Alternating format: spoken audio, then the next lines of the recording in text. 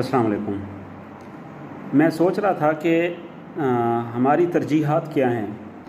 अभी आपको मैं एक वाक़या सुनाता हूँ कि मैंने कुछ बच्चों को प्रोजेक्ट्स के लिए कहा और उनको डिफरेंट ऑप्शंस मैंने दिए और उनको मैंने कहा कि इसकी कॉस्ट तकरीबन 500 से लेकर 1000 तक आएगी एक बच्चे को। तो एक बच्चा जो है अगले दिन आके मुझे कहता है कि सर मेरे बाबा ने जो है ना वो कहा है कि नहीं बहुत महंगा है ये। मैंने कहा अच्छा बेटा ये बहुत महंगा है।